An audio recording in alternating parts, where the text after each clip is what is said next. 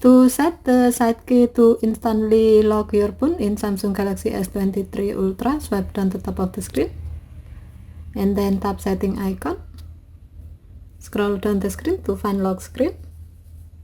Tap lock screen and then tap secure lock setting.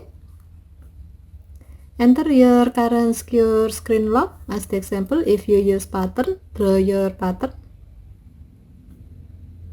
And then tap the gray on option next to lock instantly with side key to enable this option.